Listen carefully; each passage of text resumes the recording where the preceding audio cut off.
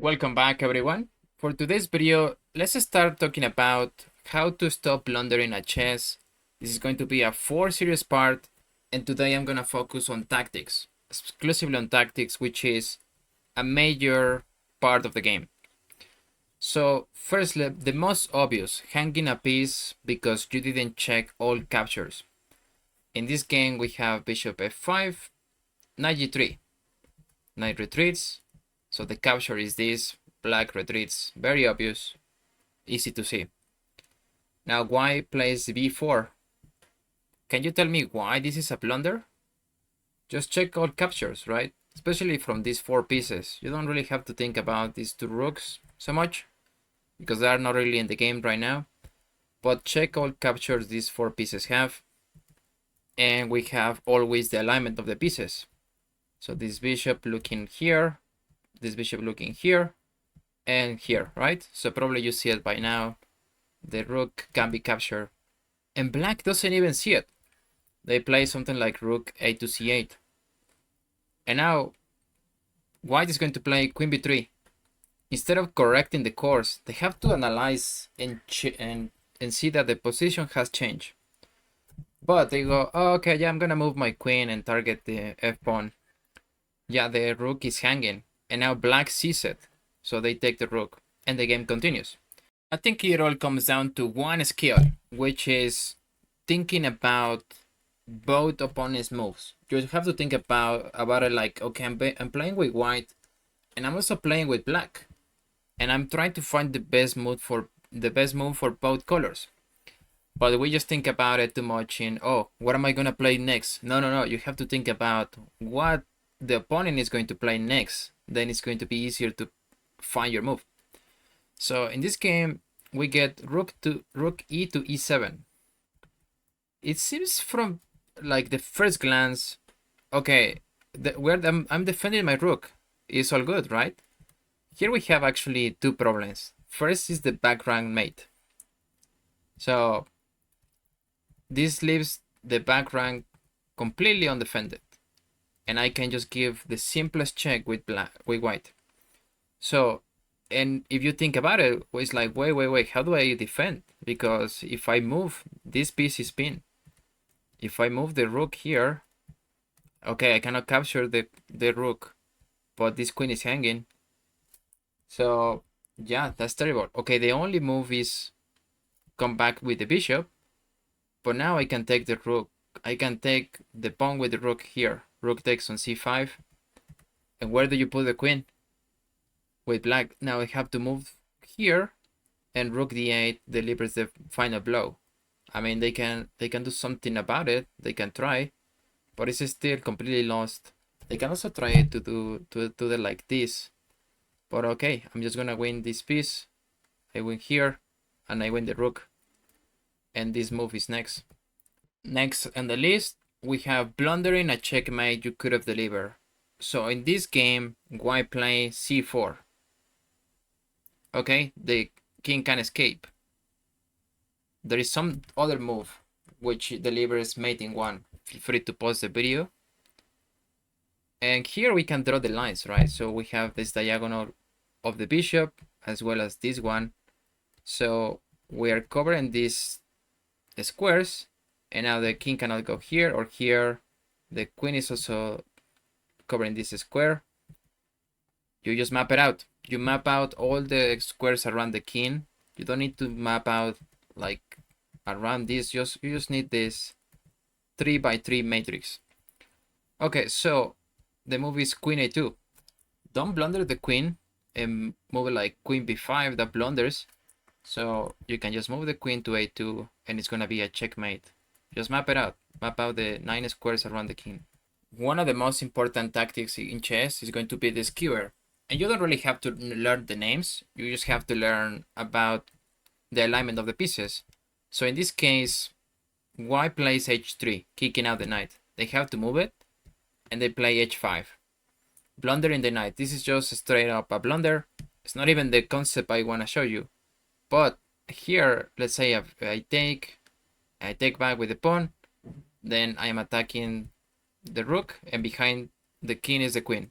So they're gonna lose the queen. Okay, that doesn't happen in the game because they can recapture with the bishop. But now black is down a piece. So after a few moves, bishop e2, queen f6, knight e4, knight takes on d4, we have this skewer that we were talking about. Now I can take the bishop, and once black takes back, now I'm attacking the rook, and the rook is behind the king. So they're just losing too much material. There is no salvation for black after this. So from the same game, failing to see a fork, we capture the rook, and sometimes we just want to take, right? Because this rook is so free, it's hanging, but there is something better. You don't have to make that move. So this isn't actually a blunder, but it's a missed opportunity, which some people might consider it as a blunder. So is there a fork here? Yeah, we have 95, attacking the king and the queen. And once the king moves, doesn't matter where, you take the queen. And it's more valuable, right? It's going to be more valuable than taking the rook. So here, you're just completely winning in this position. Next on the list, we have overlooking a discover attack. Black is going to take the pawn, and this is a major blunder. And the computer was suggesting best move was queen f6. Can you identify why this is such a big blunder? So we have a discover attack, actually a discover check. We can give a check with the rook. We have this check, okay, in a second, okay, here. And now once the rook takes, it's given a check, this is forcing. Now the queen is hanging. So yeah, always look for these type of alignments where maybe the one rook is behind the queen and then you can deliver a check like this. So it's gonna be a crucial game changer. Capturing without checking for intermediate checks leads to big blunders. So in this case, why play queen d4? Okay, and we just think that trading queens is alright because we have like a similar material, but actually this is a big blunder. So now white has this intermediate move. They don't have to recapture right away. They have this intermediate move which is giving a check to the king. The king has to move. Now white captures the piece. And yes, it's completely winning for white. They cannot even move the bishop, so the next move they can just take here and the game continues, but white is gonna be up an entire piece. Alright, very important for tactics. Overlooking the long diagonals controlled by the bishop or queen, right? Two pieces that can control diagonals. So in this case we get queen b6. Queen b6 with, it's just a simple idea, controlling this diagonal. Alright, sometimes we get bishops on these four squares and they're controlling diagonals. In this case we have the queen on b6. Okay, so a4 and a5. Now the next move is going to be a big blunder, queen d3. Try to find the tactic for black, because this blunders not only one piece, but it blunders a fork. So here knight has this move. You can never take the pawn without losing the king. So this will be illegal. Now the queen has to move. Now we can get the rook with black. And yeah, they can try something like giving a check here. Okay, the king moves and then they can take the knight. But yeah, black has no problems and they are up the exchange. Making automatic recaptures without thinking is also a big source of blunders. So in this case, white is going to play a sacrifice. They're gonna take this bishop so they can open up the lines. And here black can take either way. So you have to consider which move is better. This is very natural. It looks like a normal move. However, this blunders the game. So after queen gives a check, it looks like black is doing fine after they retreat the knight. However, there is a continuation, rook c1. And now once the king moves, let's say they move to d7, king d7, now they're gonna lose the queen, right? So that's completely losing for black. They actually have to take back, not with the knight, but with the pawn. So here, once they take back, white doesn't really have a good continuation. I mean, they can trade here, take, there are two rooks, and knight versus rook and two bishops. So this is winning for black, actually. Now, ignoring your opponent's counterplay while attacking or while you have an advantage is a big blunder. So in this game, white is going to play rook goes to e6, actually here, rook a6. And then what is the big idea? We just have to ask ourselves that we cannot just completely disregard this. The idea is, oh, they're gonna double up the rooks. So black ignores it and they play rook d4. So that's gonna lead to a problem. Here you can also just play king d7, for example. And if they double up the rooks, you can bring your rook to a8. If they trade everything, it's fine. Now you're winning with white with black, sorry, because you still have the knight. But black is gonna blunder. They're gonna play rook to d4, and now they continue with this plan, right? Doubling up the rooks, and then the next move is very crucial. You can still save the game with black, but they play rook d8, just trying to do the same thing on this side of the board, but the king has no space. So after this is checkmate. You can save the game though. It's not like you're winning anymore, but you can play now this king b7. If they gave a check, okay, you escape. They're gonna win the rook, but the game continues, right? There's still a lot of things to play for. I wouldn't resign in this position. So you're gonna miss tactics in time trouble. That's gonna be very normal. So I wouldn't really blame you too much for that. But we're gonna do this where we are going to try and identify the blunder.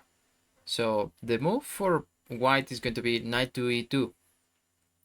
And let's just look at the alignment of the pieces, right? So here we have the rook, and this rook is here. It's very awkward. Like, we cannot just move the rook somewhere. That will lose the bishop. So black's idea was, oh, I'm gonna bring the king. That is a missed opportunity. Can you find the tactic? We always look for checks, right? It's the first thing we look in chess, not rocket science. So we only have one check available in the position. No, actually two. We have two, but one of them wins the piece. So we have a check here and a check here, but a check with the bishop. So a check with the bishop. Now, once they take, this wins the rook. Now, this doesn't happen in the game. So knight goes to e2, king f8, okay. And now bishop to a5. So white doesn't recognize this is a blunder. And neither does black, because both of them are in time trouble. It's like, so they don't even identify this. What you can do to improve this is solve a lot of puzzles. Just solving a lot of puzzles. Puzzle rush is going to be useful. So we're gonna get a messy game. Rook to e8, knight d4, bishop e6, rook takes on e8, king takes on e8, and we have this finally blunder, knight to e5. Probably white forgot that the knight can move backwards. So yeah, this is a blunder, and you're gonna miss tactics. It's fine, but you can improve it by improving your pattern recognition. Okay, this happens a lot at beginner levels, but it can happen in more advanced levels. This is a 1700 elo. So black is going to play bishop to h3 with the threat of playing checkmate here. So if they play something like e3, they just lose the rook. White is smart and they play f3, keeping an eye on the pawn. Okay, that's perfect. The game continues. Rook goes to b8, targeting the pawn, and then b3, and our rook f to c8. So the idea was, okay, I'm gonna take this knight, and if the queen takes, now this move is possible, right? It's like really simple. And they go, oh no, I'm gonna move my knight because I don't want this to happen. However, this unprotects the pawn. That was the problem. So yeah, you just hand the piece, or in this case, your hand checkmate if you're playing white. In this position, they can just play knight a4. They can just move the knight. And now there's no threats. They keep an eye on the pawn and everything is good. In this game, white just play rook d1. So how is this a blunder? It doesn't look like he's blundering anything in the game. So here we have a fork with the knight, right? That blunders the game for white because we have yet again alignment of the pieces. Rook is looking at the queen and queen is looking at the king. We have a fork. So if white takes this way, then they just lose the king. And this cannot happen. They just lose the knight. the king, sorry. So now the king has to move. This is forcing, and now we can win the queen. My next video is going to be about positional blunders, so stay tuned for that. And in this case, anytime you move a piece, then probably was doing a job somewhere else. You are on defending something. In this case, black is going to play e5, the terrible e5, which blunders not only positionally but tactically blunders the game. It looks like a good move because it's like, oh, I'm putting pressure on the pawn here, and I'm also attacking the king, right? But another positional principle: anytime you are in doubt, don't push any pawns around the king. Don't move the pawn. Okay, so here I'm gonna flip the board, and feel free to pause the video and find the tactic that wins the game. Okay, I hope you saw taking the bishop. We can just take the bishop, queen takes, we're forking the two pieces, king has to move, we're just gonna win the queen. One of the most common checkmating patterns is going to be the back rank mate. So we're gonna look for any kind of mates on the back rank. In this case, the first rank. So if you were playing white, sorry, this is your turn. Maybe just play something like g3. Then your king has some space to move. But it's gonna be one of the most craziest moves you can find. This is a historical Capablanca game. Then try to find the best move for black. It's very, very nasty. So we cannot just give a check with the queen because nothing really happens. After this, the queen protects, valid interception. So here we can actually find queen b2, which is like nasty, right? But if they take, this is checkmate. And so what is the best move for white? They have to do this, super lame, and now we can win the rook. Alright guys, please comment, like, and subscribe. I also have coaching sessions, check that in the description, and I will see you in the next one. Take care.